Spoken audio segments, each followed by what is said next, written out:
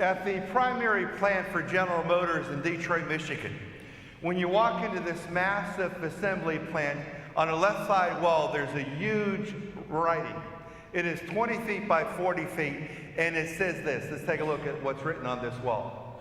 It says this: according to the theory of aerodynamics is gleaned from wind tunnel experiments, the bumblebee, because of the relationship in size of its wings to its body, is unable to fly. However, the bumblebee, since it is unaware of this theory, flies anyway. Now that is there for a reason. That's there for all of us employees, those who work at that plant, to read that and say to themselves, well, my possibilities are endless. I can become and do anything I want to do in life as long as I believe in myself, as long as I don't subscribe to some very dangerous words. Well, this is the point of today's gospel reading, the gospel coming out of the 14th chapter of Matthew, verses 22 to 33. Now, there are a lot of lessons we can learn out of Matthew's for today, but there's one message we want to take to heart, and that is in verse 28 and 29. Let's look at those two verses. Verse 28, 29, 14th chapter of Matthew says this: Peter said to him, that's to Jesus, in reply, Lord, if it is you, command me to come to you on the water. He, Jesus, said, come. Now Peter got out of the boat and began to walk on the water toward Jesus. What I want you to do is take a look at those first three lines. Peter said to Jesus, Lord, if it is you, command me to come to you on the water. That's one of those be careful what you pray for, you just might get at moments. So Peter starts to walk on the water. You would think he'd be excited, say, look, I've never walked on water before. You know, it's kind of when you learn how to pedal a bike and you're getting really good at it. Mom and dad are on the porch, you say, look, Mom and Dad, no hands. I'm doing something I've never done before. You think Peter would have been excited. This was a paradigm shift for Peter. Now, Peter should have said to himself, you know, I've never walked on water before, but I'm doing it right now.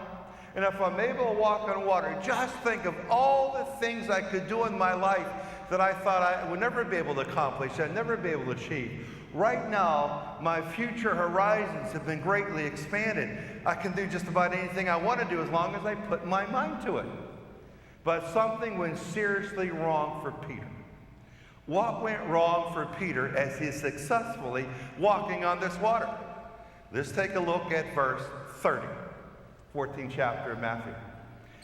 It says in verse 30, but when he, that's a reference to Peter, when he saw how strong the wind was, he became frightened and began to sink.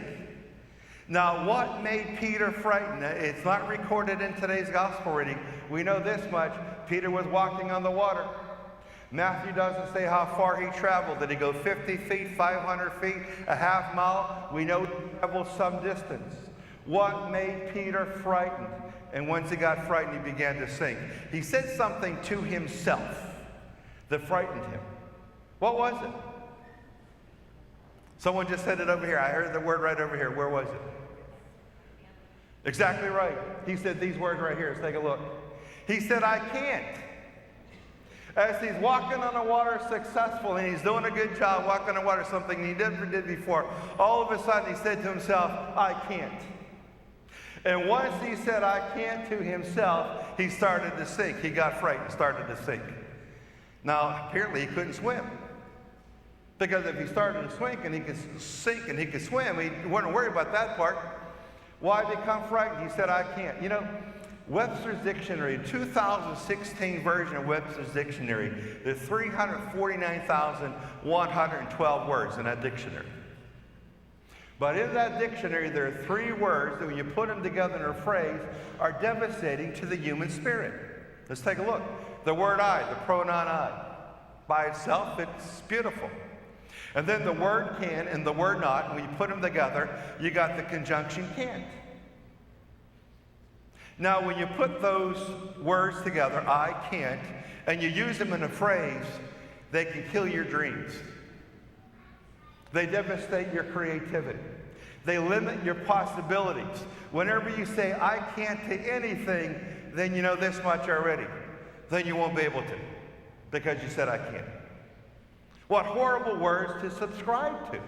That's the message for tonight. Every so often I have people say to me, Father Ken, I have to clean up my vocabulary. If you have to clean up your vocabulary, you subscribe to these words, I can't, and you say that in your life for anything new you want to try, something you've never done before, and you say to yourself, I can't, get rid of those words. Because as long as you believe you can't, you won't be able to. And if someone else says to you, you say to them, at 60 years old, I want to learn how to play the piano. And someone says, well, you can't. You can't learn how to play the piano at 60. You're too old. And if you buy into that, what's going to happen? You won't be able to play the piano at 60 because you bought into the words of someone who said, I can't. Peter was doing just fine. Everything's going along great. Until he said to himself, I can't. Then he got frightened and began to sink. Get rid of the words, especially if you use those words in your life. Get rid of the phrase, I can't. You know what's going on tonight? Outside of those doors and outside of those windows right there. Take a look at those windows. Outside of those windows, right now, right tonight, there's a bunch of bumblebees out there flying around stinging people. You know why they're stinging people? Because no one ever told them the theory of aerodynamics, that they can't fly. Since they've never been educated, the fact that they can't fly, they fly anyway. And that's why they're stinging people. So next time you get stung by a bumblebee, look at that bumblebee and say, little fella, I got to give you credit. You stung me, and I'm not happy about that. But you're doing something that the scientists claim you can't do. They say it's impossible for you to fly, yet you fly anyway because you don't know that you can't fly. That's the message. Don't subscribe for anything you want to do in your life. Don't allow yourself to say, I can't.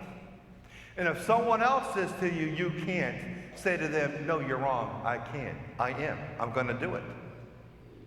Peter was doing just fine, doing something he never did before in his life, until he said to himself, I can't.